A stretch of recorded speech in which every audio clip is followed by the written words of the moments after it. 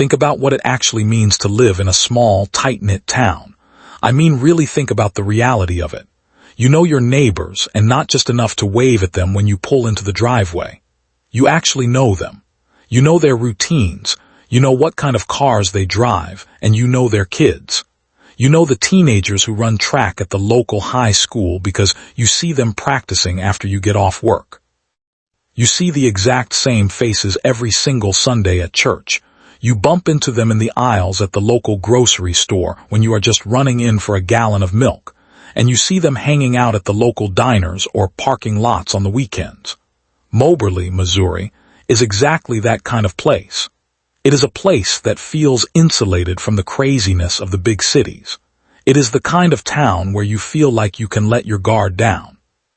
It is the kind of community where a 16-year-old girl like Kayla Huff, who everyone in town affectionately just called Kayla Bug, should have been completely, 100% safe. Please subscribe to U.S. Crime Cases for more true crime cases, investigations, and public safety stories that deserve real attention. Watch till the end, because the detail that changes this case may not be the one most people noticed first.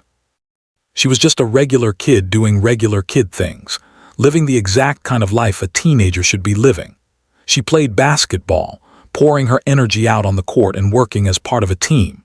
She ran track, pushing herself and cheering for her classmates. When she wasn't into sports, she was at home bonding over video games, getting lost in those digital worlds just like any other high schooler trying to unwind after a long day of classes. And she actually cared about people. She spent her free time volunteering with her church's youth group, looking out for others and being a positive influence. She was the kind of teenager who had that rare energy that just naturally drew people to her. A kid with an infectious, genuine smile, someone who literally lit up the room the second she walked through the door. People liked being around her because she was easy to be around. She was good-hearted. But the harsh, terrifying reality we have to face today is that being a good, trusting person doesn't make you bulletproof. It doesn't put a magic shield around you. Sometimes, that bright, trusting nature is exactly what the wrong people prey on. Sometimes the bad guys don't look like monsters at all. They look like the people you hang out with. We need to really put ourselves in her shoes for a second to understand how this all went so wrong, specifically on that Wednesday, May 6, 2026. If you want to grasp the absolute tragedy of this, you have to put yourself back into the mind of a 16-year-old. Think back to when you were that age. You are just starting to get a real taste of freedom. You've finally got your car, you've got your friend group, you're feeling grown up, and you are starting to navigate your town on your own terms. But even with all that newfound independence, you are still just a kid figuring out how the world actually works. The story goes that on that Wednesday, her car broke down. Now, anyone who has ever been a teenager, or anyone who has ever raised a teenager, knows exactly how that specific scenario plays out in real time. When a kid gets stranded on the side of the road, a lot of times they do not call their parents first. That is just a universal truth. They do not want to get in trouble. They do not want to hear a lecture about taking better care of the car, or how they shouldn't be out driving around anyway. Or maybe they just figure their circle has their back and they can handle it without getting the adults involved. So they reach out to the people they hang out with. They pull out their phone and they text or call the people they trust. They think to themselves, "Oh, I'll just call them, they can come get me, or give me a jump and my parents will never even have to know." And that right there is the scariest, most heartbreaking part of this entire tragedy. Kayla did not get snatched by a random stranger hiding in the bushes waiting for a victim. She did not fall prey to some anonymous boogeyman jumping out of a dark alleyway. She trusted the people she knew. She thought she was calling for a lifeline. She probably felt a massive wave of relief when she saw a familiar car pull up behind her broken-down vehicle. She probably smiled, thinking she was saved. Instead, she handed herself over to monsters. You have to imagine the pure vulnerability of that moment. You are sitting in a car that will not start. You are maybe a little stressed out, maybe a little cold depending on the time of day, and you are just waiting. You see headlights pull up, you recognize the people inside, and your guard completely drops. You grab your keys, your phone, maybe your backpack, and you get into their car. You do not think twice about it because these are your people. You do not look for the exits. You do not text your mom your location. Why would you? You know them. That completely false sense of security is what makes this case so deeply disturbing. We spend so much time teaching our kids not to talk to strangers, not to take rides from people they do not know, but we rarely sit them down and explain that sometimes the people you hang out with on a Friday night are the ones who are going to hurt you. Kayla stepped into that situation with total innocence, completely unaware that she was walking into a trap set by people she probably considered friends. For a whole week after that, her family lived in a state of absolute suffocating agony. A week might not sound like a long time on paper, but when your child is missing, every single minute feels like an eternity. Imagine being a parent in that situation. You realize she is not home. You call her phone. It rings a few times and goes to voicemail. You try again, straight to voicemail. You text her. No response. The panic starts as a tight knot in your stomach and quickly takes over your entire body. You start packing the floors of your house. You start calling every single person in her phone book. You are driving up and down every dirt road, every county highway, and every back street in town, rolling your windows down and looking into the darkness, hoping to see her walking along the shoulder. You are begging anyone and everyone for a shred of information. Think about what a small-town search actually looks like. It is not just the police. It is the community printing out hundreds of flyers. It is the smell of cheap printer ink and the sound of staple guns echoing down Main Street as people attach her picture to every telephone pole and bulletin board they can find. It is the local diner putting her face on their front door. It is the constant refreshing of social media, looking for any clue, any rumor, any lead that might point to where she is.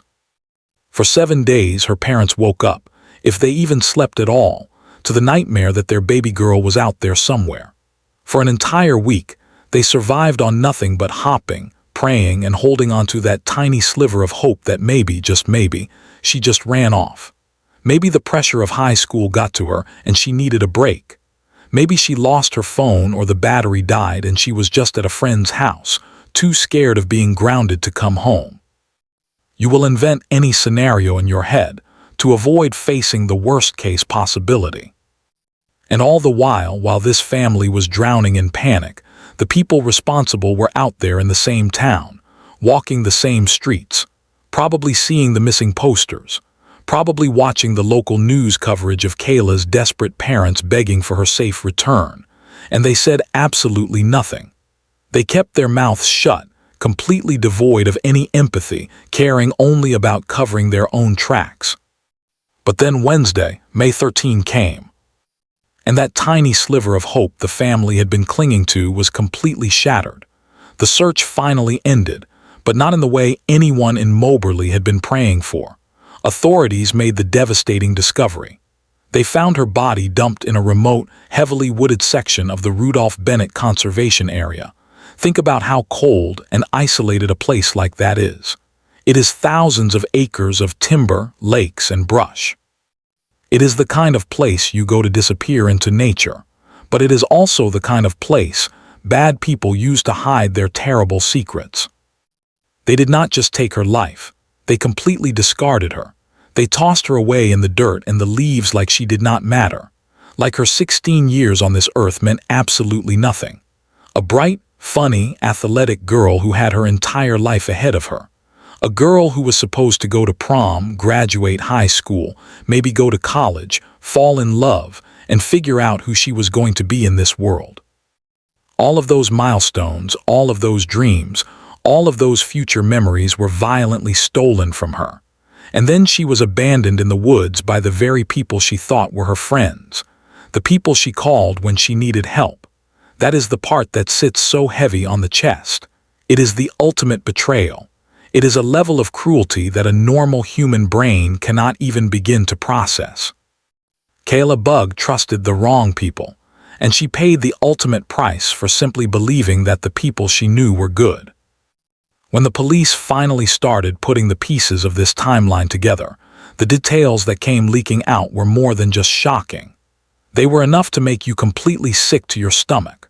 We really need to talk about the people who were arrested, because this right here is the exact moment where the story goes from being a tragic, terrible accident to a story of pure, calculated, cold-blooded evil. Once the authorities started pulling phone records, checking messages, and figuring out exactly who Kayla was communicating with when she was stranded, they zeroed right in on a specific group of young adults. And let's look at the ages of this group really quick, because this is where the red flags start flying up so fast you can't even count them all. First, you have Alayna Mason, who is 20 years old, and Hunter Ames, who is 19. Both of them get slapped with first-degree murder and first-degree kidnapping charges. Hunter also gets hit with tampering with physical evidence. Let that sink in. First-degree murder doesn't just mean someone died by mistake. It means there was intent. It means there was a plan, or at least a conscious choice to take a human life. And kidnapping, that tells you Kayla didn't want to be there. She was held against her will. She was terrified. Then you look at the other two guys involved in the core group. You have Christopher Hull, who is 23 years old, and Julian Mason, who is 26 years old. Both of these men are looking at kidnapping and tampering with evidence charges. Let's hit the pause button and really break this specific detail down, because it absolutely demands to be talked about loudly. Why in the world is a 26-year-old man and a 23-year-old man hanging around a 16-year-old high school girl? That right there is a massive, glowing, neon red flag. And as a society, we need to start calling this stuff out the second we see it. We have a terrible habit of minding our own business, but this is a situation where minding your own business gets kids killed. When adults in their mid-20s are hanging around teenagers, it is never, ever for a good reason. It is not because they just happen to like the same video games. It is not because they just naturally vibe as friends. Think about it. A 26-year-old should be working a full-time job. They should be paying rent, figuring out their career, dating adults, and hanging out at places where adults go. A 16-year-old is worried about passing their math test, what to wear to the track meet, and who is dating who in the high school cafeteria. Those two worlds do not mix naturally. When an adult inserts themselves into a teenager's world, it is always about a power dynamic. It is about control. It is about a manipulative adult wanting to surround themselves with kids who are too young, too inexperienced, and too naive to question their motives or stand up to them. A 26-year-old knows that a 16-year-old is going to look up to them. The teenager thinks the older person is cool because they don't have a curfew, they can buy whatever they want, and they have complete freedom. The adult uses that illusion of coolness to manipulate the kid. It is grooming. It is predatory behavior, and it set the stage for exactly what happened to Kayla Bug. You have to sit back and really wonder what in the world happened in that circle of people. How does a group of 4 adults and 1 juvenile collectively decide to kidnap and murder a high schooler? This wasn't one deranged person snapping in a moment of uncontrollable rage in a dark alley. This was a group effort. Group crimes are deeply, deeply terrifying because they show a complete and total breakdown of human empathy across multiple different brains at the exact same time. Think about the mechanics of how a crime like this happens. You have 5 separate people in a room, or in a car, or in the woods. 5 different people with 5 different moral compasses. As things start to escalate, as things start to get scary, you would think that just human nature would kick in. You would think that at least one person in that group would suddenly wake up from whatever sick trance they were in and realize what they were doing. Not one single person in that group had the guts, the bravery, or just the basic human decency to stand up, physically step in between Kayla and the others and say, "Stop. What are we doing? This is a kid. This is Kayla." Nobody grabbed her hand and told her to run into the trees. Nobody pulled their phone out under their jacket and secretly dialed 911 to leave an open line for the dispatcher to hear what was happening. They all just went along with it. They fed off each other's sickness. They encouraged each other, or at the very least, They stood by and watched it happen, which makes them just as guilty. And the cruelty didn't stop when her heart stopped beating. The aftermath shows exactly who these people are. They took this sweet, innocent teenager and they dumped her body in the woods of the Rudolf Bennitt Conservation Area like she was a bag of garbage. And then they went home. They kept a lid on it for a whole week. Think about what happened in Moberly during that week. Kayla's family was living in absolute hell. They were publicly begging for her to come home. Her mother was probably crying on the local news, pleading with anyone who had information to please call the police. The town was organizing search parties. People were out walking the ditches, putting up posters, sharing her face all over Facebook and Instagram. And these 5 people lived right there in the middle of it. They probably watched the evening news. They probably saw the search parties walking down the street. They might have even had people ask them if they had seen Kayla, knowing they were in her circle of friends. And they stayed completely silent. They woke up, they ate their breakfast, they looked at themselves in the mirror, and they said absolutely nothing. They were worried only about saving their own skin.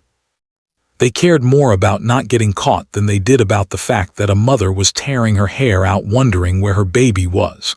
That takes a level of cold-blooded, psychopathic detachment that is hard to even wrap your head around. It makes your blood run cold just thinking about having to walk past people like that in the grocery store. And just when you think this story couldn't possibly get any more chaotic, look at what happened right after the police finally closed in and made the arrests. You would think that once the handcuffs clicked, it would be over. The bad guys are caught, they go to a cell and they wait for trial. But no, Alayna Mason, the 20-year-old girl who is looking down the barrel of a first-degree murder charge, somehow manages to escape police custody. How does that even happen? But she doesn't just slip out a back door and run away on foot into the woods. She goes full-blown rogue. She actually manages to steal a Randolph County Sheriff's Patrol car. And if that isn't terrifying enough, she manages to get her hands on a firearm in the process.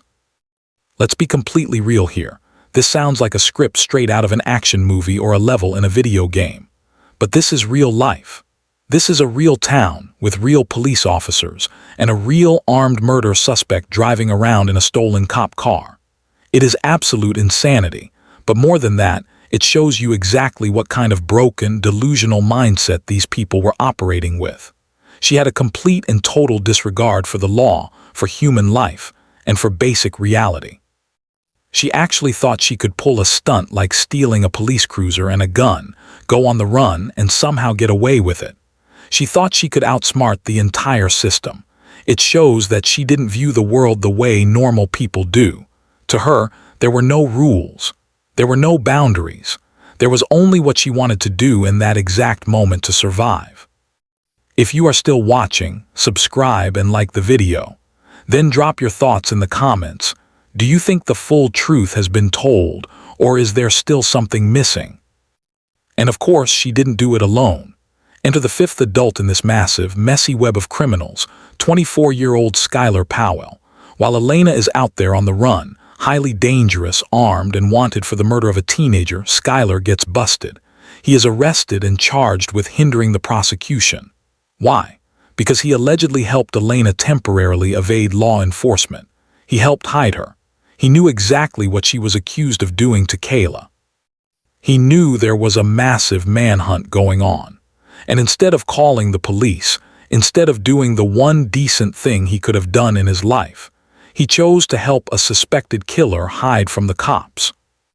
It is just a massive, disgusting web of terrible decisions and incredibly toxic loyalty. This entire group of people was more loyal to each other and to their own twisted, selfish survival than they were to the life of an innocent 16-year-old girl who trusted them. They protected each other. They covered for each other. They hid each other, but not one of them protected Kayla. It is the ultimate betrayal, and it is a stark, terrifying reminder that sometimes the most dangerous people in a teenager's life aren't the strangers lurking in the shadows. They are the people standing right next to them, pretending to be their friends. So where does a town actually go from here? How does a community like Moberly, Missouri, even begin to wake up the next morning, drink their coffee, and try to process something this heavy, this dark, and this permanently damaging? When a tragedy of this magnitude strikes a small, tight-knit town, it doesn't just stay neatly contained on the 6 o'clock evening news. It doesn't fade away when the national reporters pack up their camera gear and drive back to the city. The trauma sticks to the town like a heavy fog. It sits in the empty chair in the high school classroom where Kayla used to sit. It's the deafening silence in the hallway when her friends walk past her locker, which is now probably covered in handwritten notes, photographs, and flowers that are slowly drying out. It echoes in the church youth group room where she used to volunteer her time, a space that used to be filled with her laughter and is now just heavy with grief. It hangs over the basketball court and the track where she used to run. Every time the starting gun goes off at a track meet, every time the buzzer sounds at a basketball game, there is a glaring, painful reminder that someone is missing. The trauma isn't just felt by her immediate family. It is a shared, collective wound that the entire community has to carry. But what we saw in the immediate aftermath of Kayla's death is a community absolutely refusing to let her story be defined entirely by the monsters who took her life. Moberly could have folded. They could have let the darkness completely take over the narrative. Instead, the people of this town rallied so incredibly hard for the Huff family. Hundreds of people packed themselves into the Emmanuel Baptist Church for an emotional candlelight vigil. And when I say packed, I mean standing room only, people spilling out the doors and onto the front steps, holding tiny flickering candles in the cool night air. They stood shoulder to shoulder, a whole town crying together, singing Amazing Grace with voices that were cracking and breaking with emotion. But they didn't just cry, they shared stories about Kayla Bug. They talked about her infectious, goofy smile. They talked about her huge heart, the way she played video games with her friends, and the specific way she made people feel seen, valued, and loved when they were having a bad day. They made a conscious choice to flood that church with her light. And they didn't stop there. The residents of Randolph County, including local biker groups, organized this massive, rumbling community tribute ride. Imagine the sound of hundreds of motorcycle engines roaring down the highway, not out of anger, but out of a fierce, protective love for a girl they couldn't save but refused to forget. Through that ride, they raised thousands of dollars to set up a memorial scholarship in Kayla's name. That is how a town fights back. They are making sure that a graduating senior next year, and the year after that, and the year after that, gets to go to college because of Kayla. They are doing everything in their human power to ensure that 10 years from now, when people hear the name Kayla Huff, they don't immediately think of the horrible way she died or the terrible people who hurt her. They want people to think of the bright, beautiful light she was while she was here. But while the community tries to heal and wrap their arms around this grieving family, we, as a society looking in from the outside, have to look at the bigger picture. We have to take a very hard, very uncomfortable lesson away from this tragedy. We owe it to Kayla to learn from exactly what happened to her, so we can stop it from happening to the next kid. We have this terrible, outdated habit in our society of teaching kids almost exclusively about stranger danger. We drill it into their heads from the time they are in kindergarten. Do not take candy from a stranger. Do not get into a van with someone you don't know. Stay away from the creepy guy hiding in the bushes. And yes, those things are important. But we completely and utterly fail to teach them about the very real, very lethal dangers lurking right inside their own friend groups and social circles. We have to start having real, blunt, uncomfortable conversations with the teenagers in our lives. We need to sit them down across the kitchen table, look them dead in the eye, and shatter this illusion that everyone they hang out with is a safe person. We need to tell them that not everyone who calls themselves your friend actually has your best interests at heart. Teenagers are desperate to fit in. They want to be liked. They want to be part of the group.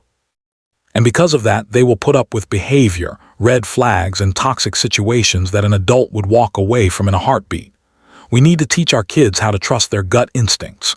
You know that feeling That sudden tightness in your chest, that sinking feeling in the pit of your stomach when something just feels wrong, even if you can't logically explain why. We condition kids to be polite, to not make a scene, to not be weird or rude. That conditioning gets kids killed. We have to tell our daughters and our sons that if a situation feels off, if the vibe in a car suddenly shifts, if someone in a group is making you uncomfortable, you have to get out of there immediately, even if it feels super awkward, even if you are terrified of looking uncool, even if you think people are going to make fun of you at school on Monday. We need to relentlessly teach our kids that their physical safety and their life are worth infinitely more than their temporary social standing. We need to give them permission to be rude, to scream, to make a scene, to run away, and to call us at 2 a.m. without any fear of getting grounded. If Kayla had known that those adults she was hanging around were entirely capable of evil, if she had been taught to view that dynamic with suspicion instead of trust, maybe she wouldn't have gotten in that car. We can't let kids figure out human nature the hard way. The stakes are just too high. And this doesn't just fall on the kids. The heavy lifting has to be done by the adults. As parents, as older siblings, as teachers, coaches, and just everyday community members, we need to pay way closer attention to who our kids are hanging out with. We have got to stop turning a blind eye to obvious warning signs. Let's go back to the ages of the people arrested in this case. If you are a parent and you see a 23-year-old man or a 26-year-old man hanging around your 16-year-old daughter or son, you do not politely ask questions. You do not assume they are just mentoring them or that they just happen to play the same video games. You step in and you shut that down immediately. You become the bad guy. You become the overbearing, strict parent. You completely sever that connection because adults hanging around vulnerable teenagers is never a harmless scenario. It is a calculated power dynamic, and it is a recipe for absolute disaster. We can't afford to be polite or passive when it comes to the safety of our children. We worry so much about offending people or jumping to conclusions that we let dangerous people slip right under our radar and straight into our living rooms. We need to normalize being fiercely protective of the boundaries between adults and minors. If a young adult in their 20s is actively seeking out the company of high schoolers, there is something deeply broken and predatory about that person. And it is our job as the actual adults in the room to build a brick wall between them and our kids. We cannot wait for a tragedy to happen before we decide to start paying attention to who is texting our kids late at night, or who is picking them up when their car breaks down. The legal system in Missouri is going to take the wheel now. Those state prosecutors are going to roll up their sleeves and fight tooth and nail in a courtroom to put these people away for a very, very long time. They are going to lay out the evidence. They are going to show the jury exactly what these individuals did to a terrified 16-year-old girl. And hopefully, a judge will hand down sentences that ensure these people never breathe free air again. The Huff family is going to have to endure the absolute torture of sitting in a sterile courtroom, mere feet away from the monsters who stole their daughter, listening to the agonizing details of her final moments. It is going to be a grueling, soul-crushing process for everyone who loved her. But we all know the cold, hard truth. Justice in a courtroom, no matter how severe the sentence is, does not bring Kayla back. A guilty verdict does not unbreak her parents' hearts. It doesn't put her back on the basketball court or in the youth group room. True justice is impossible because the only fair outcome would be Kayla coming home, and that is the one thing the legal system cannot give them. The only real, tangible way we can honor Kayla Bug, the only way we can make sure her tragically short life meant something profound, is by fundamentally changing how we protect our own kids. We honor her by being infinitely more vigilant. We honor her by loving the people in our lives a little harder, hugging our kids a little tighter before they walk out the front door, and refusing to ever again let dangerous people operate freely in our towns simply because we were too polite to say something. This heartbreaking true crime story isn't just a piece of dark entertainment for us to listen to on a podcast while we commute to work and then completely forget about by tomorrow morning. It is a loud, ringing, terrifying alarm bell. It is a stark reminder of a bright, trusting, beautiful girl who gave her trust to the exact wrong people. And more than anything, it is a permanent wake-up call for the rest of us to open our eyes, trust our guts, and make absolutely sure that a nightmare like this never happens to anyone we love. Thanks for watching till the end. Subscribe to U.S. crime cases, like the video, and share your thoughts below. Then watch another case from the channel.